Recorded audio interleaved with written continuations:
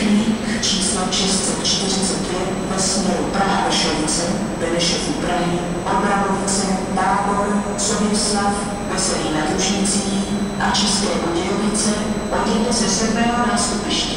Pravidelný odjezd ve 14 hodin 16 minut. Vůz první třídy číslo 372 a vůz vhodný pro přepravu cestujících na vozíku se službou úzkovidové přepravy a pro cestující z dětí do 10 let číslo 370 jsou řazeny v zadní části mapu.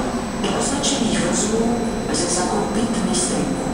Osobní vlak číslo 19056 linky S80 ze směru Dobříš, Hlavné nad Vltavou a Praha-Braník. Pravidelný příjezd ve 14 hodin 18 minut přijde k nástupišti číslo 7 služebně na 32. kolej. Jak zde jízdu končí. Osobní vlak číslo 2535 linky S9 ve směru Praha-Vršovice, Praha-Hostivař, Praha-Uhříněvec, Příčany, Strančice, Senohrady, Čerčany a Benešov u Prahy odjede ze 6. nástupiště. Pravidelný odjezd ve 14 hodin 20 minut. Vlak zastavuje ve všech stanicích a zastávkách.